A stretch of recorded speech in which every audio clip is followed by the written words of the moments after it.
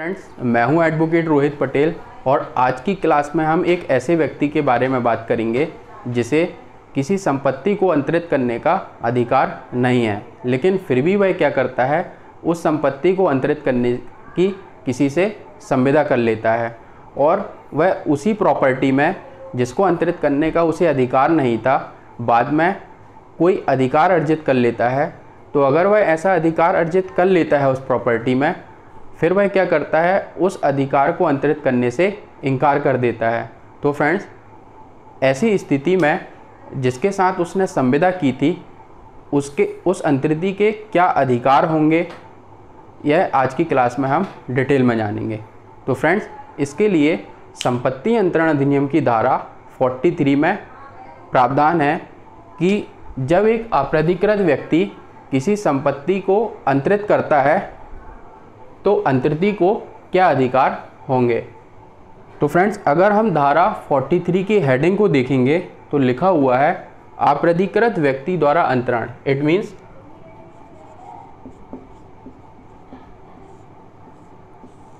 एक ऐसा अंतरण जो कैसे व्यक्ति द्वारा किया गया है, अप्राधिकृत व्यक्ति द्वारा।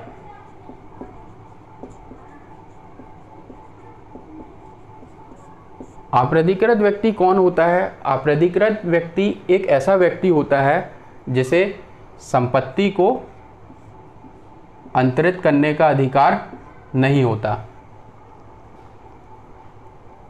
जबकि संपत्ति को अंतरित कौन कर सकता है? जैसा हम जानते हैं, संपत्ति को अंतरित वही व्यक्ति कर सकता है जिसे संपत्ति को अंतरित करने का अधिकार होता है।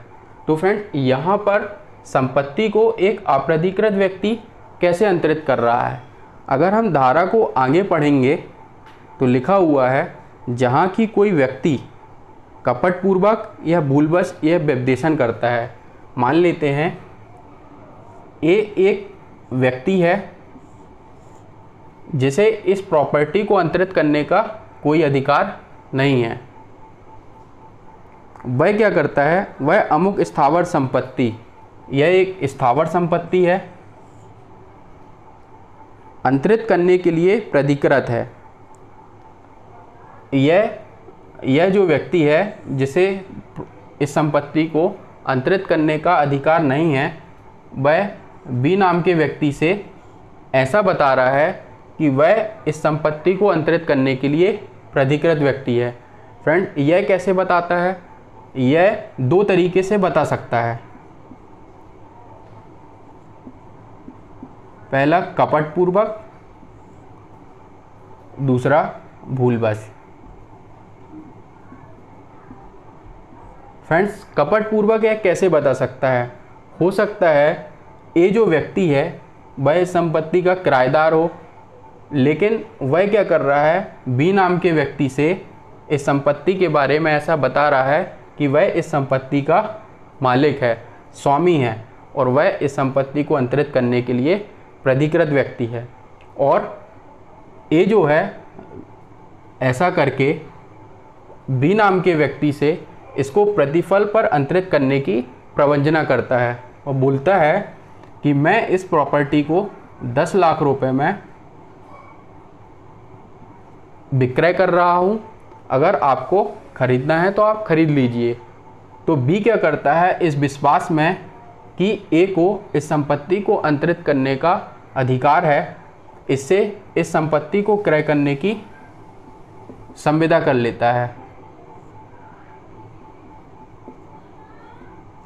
संविदा कर लेता है।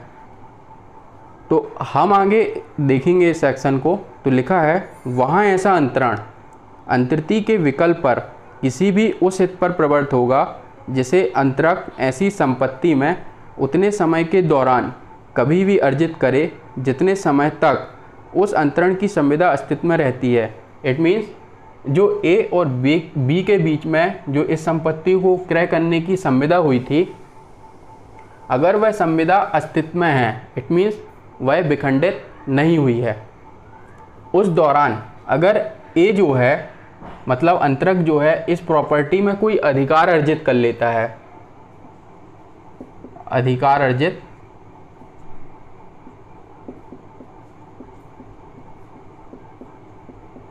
कर लेता है।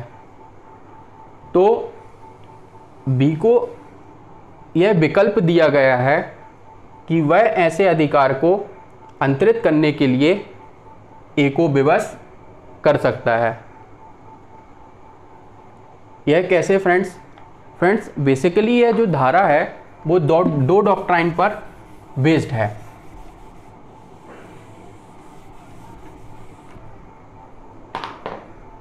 फर्स्ट इज इक्विटी,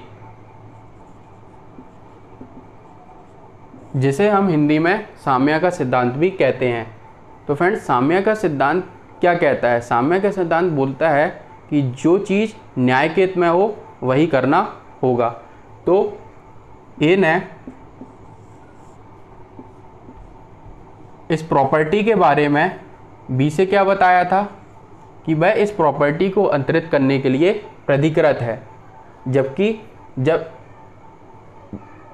जबकि वह इस संपत्ति को अंतरित करने के लिए प्राधिकृत नहीं था।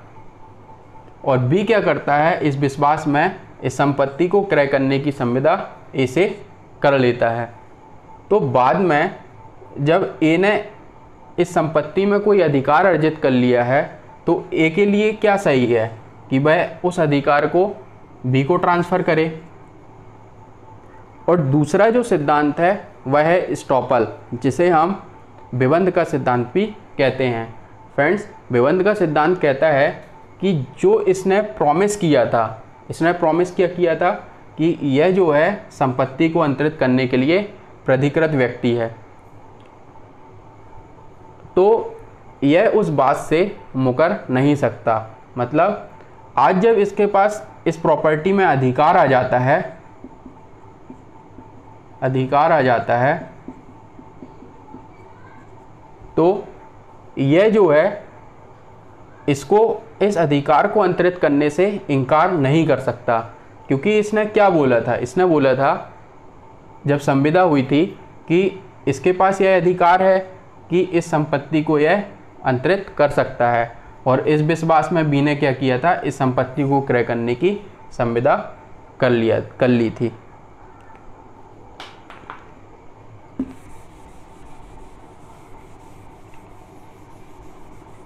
फ्रेंड्स और इस प्रॉपर्टी के बारे में यह भूलवश कैसे बता सकता है? भूलवश ऐसे बता सकता है, हो सकता है यह जो प्रॉपर्टी है इसके पिताजी की हो और इसको यह विश्वास हो कि पिताजी के ना रहते हुए यह प्रॉपर्टी जो है मेरे पास आ जाएगी और मैं इस प्रॉपर्टी को ट्रांसफ़र करने के लिए प्राधिकार हो जाऊंगा। लेकिन फ्रेंड्स यहाँ पर हो सकता है कि पिताजी किसी अन्य व्यक्ति को यह प्रॉपर्टी बिल में दे दें या किसी को गिफ्ट कर सकते हैं। हो सकता है कि वह किसी को सेल कर दें, तब तो यह प्रॉपर्टी को सेल नहीं कर सकता, प्राधिकृत नहीं है यह प्रॉपर्टी को सेल करे। तो इसने यह भूलवश ऐसा इसको बताया इस प्रॉपर्टी के बारे में कि यह प्रॉपर्टी को ट्रांसफ़र कर सकता है, और बाद में अगर ए जो है इस प्रॉपर्टी में कोई अधिकार अर्जित कर लेता है, हो सकता है यह प्रॉपर्टी को बाद में परचेस कर ले, क्रय कर सकता है। हो सकता है कि यह प्रॉपर्टी इसको गिफ्ट में मिल जाए। तो बाद में जब इसकी संविदा अस्तित्व में रहती है उसके दौरान अगर ए जो है इस प्रॉपर्टी में कोई अधिकार अर्जित कर लेता है तो बी क्या है जो अंतरिती है वह इसको उस अधिकार को अंतरित करने के लिए विवश कर सकता है। तो फ्रेंड्स हम इसके अगर इस धारा के सेकंड पैराग्राफ को देखेंगे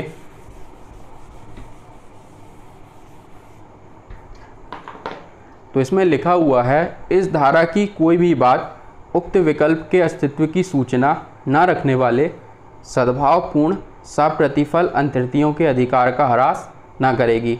मतलब यह एक प्रॉपर्टी है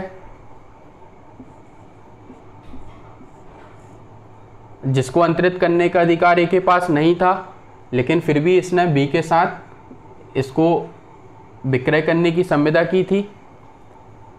और जब यह संविदा अस्तित्व में रहती है उसके दौरान क्या कर लेता है, ये जो है इस प्रॉपर्टी में कोई अधिकार अर्जित कर लेता है। तो फिर यह धारा बी को यह अधिकार देती है कि वह ऐसे अधिकार को अंतरित करने के लिए इसको विवश कर सकती है। अगर इस अधिकार के बारे में इसको कोई सूचना नहीं है, कोई इन्फॉर्मेशन नहीं है, तो बाद में इसके जो अधिकार होंगे, चाहे वो संविदा अधिनियम के द्वारा मिले हों, चाहे हमारे स्पेसिफिक रिलीफ एक्ट के द्वारा मिले हों, चाहे और अदर लॉज में वो अधिकार जो इसके हो सकते थे, वह सारे अधिकार इसके पास होंगे, वह इसके कोई अधिकार ख़त्म नहीं होंगे।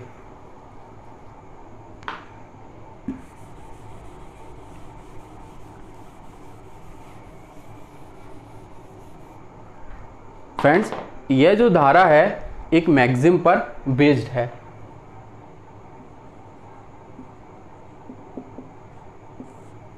वह यह है,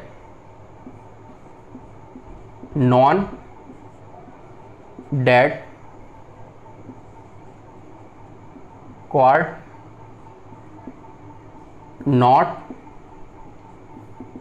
हैबिट। इसका मतलब होता है कि अगर किसी व्यक्ति के पास कोई अधिकार है तो वह उसी अधिकार को अंतरित कर सकता है, उससे ज़्यादा के अधिकार को अंतरित नहीं कर सकता। जैसे एग्जाम्पल, एक व्यक्ति है, वह इस प्रॉपर्टी में किराएदार है, तो किराएदार के पास क्या अधिकार होता है? किराएदार केवल प्रॉपर्टी का उपयोग कर सकता है, यह प्रॉपर्टी का विक्रय नहीं कर सकता। यही हमारा यह मैक्सिम बोलता है। फ्रेंड्स, अब हम इसके इलस्ट्रेशन को देखेंगे कि इलस्ट्रेशन क्या बोलता है। तो इलस्ट्रेशन बोलता है, ए जो हिंदू है और अपने पिता खा से पृथक हो गया है। मान लेते हैं ए हिंदू है और इसके पिताजी क्या हैं? बी हैं, और यह एक दूसरे से पृथक रह रहे हैं, इट मीन्स अलग रह रहे हैं। 3 खेत छा, त्रा और ग्या हैं। इनके 3 खेत हैं, एक्स, वाई, जेड, और यह सी से इन संपत्तियों के बारे में ऐसा बता रहा है कि वह इन तीनों संपत्तियों को अंतरित करने के लिए प्राधिकृत है, उसके पास यह अधिकार है कि वह इन संपत्तियों को अंतरित कर सकता है। इलस्ट्रेशन आगे पढ़ेंगे। का उन्हें अंतरित करने के लिए प्राधिकृत है। इन खेतों में से ग्या खेत का नहीं है, क्योंकि विभाजन के समय खा ने इसे अपने लिए प्राधिकृत कर लिया था। फ्रेंड्स, क्या होता है कि जब यह बाय खेत को बेचने के लिए प्राधिकृत नहीं है, ऐसा क्यों? क्योंकि जब ए और बी मतलब पुत्र और पिता के बीच में जब इन संपत्तियों को लेके विभाजन हुआ था, तो बाय नाम की जो प्रॉपर्टी है पिताजी के पास आ जाती है, और एक्स और जेड नाम की प्रॉपर्टी जो है वह पुत्र के पास रहती है। तो यह केवल 2 संपत्तियों को ही विक्रय कर सकता है, इन तीनों संपत्तियों को विक्रय नहीं कर सकता। लेकिन भविष्य में क्या हो सकता है, किंतु खा के मरने पर वारिस के रूप में ग्या को का प्राप्त कर लेता है। भविष्य में क्या होता है कि इसके पिताजी की मृत्यु हो जाती है और यह बाय नाम की जो प्रॉपर्टी है उसमें अधिकार अर्जित कर लेता है। यह अधिकार कैसे अर्जित कर लेता है? वारिस के रूप में इसको प्रॉपर्टी मिल जाती है। तो अब क्या हुआ, अब जो ए है मतलब पुत्र है, इस बाय प्रॉपर्टी को भी ट्रांसफ़र करने के लिए प्राधिकृत हो गया। तो ये जैसा इस धारा में बताया गया है कि सी को यह अधिकार मिल जाता है कि इसकी संविदा के दौरान अगर अंतरक ने ऐसी प्रॉपर्टी में कोई अधिकार अर्जित कर लिया है जिसकी उसने संविदा की थी, तो वह क्या कर सकता है, उस अधिकार को अंतरित करने के लिए अंतरक को विवश कर सकता है। आई होप फ्रेंड्स आपको यह सेक्शन समझ में आया होगा। अगर समझ में आया हो तो सब्सक्राइब बटन पर क्लिक कीजिए और हमारे आगे के लेक्चर्स को देखने के लिए बेल आइकॉन बटन पर क्लिक कीजिए। Thank you watching my channel.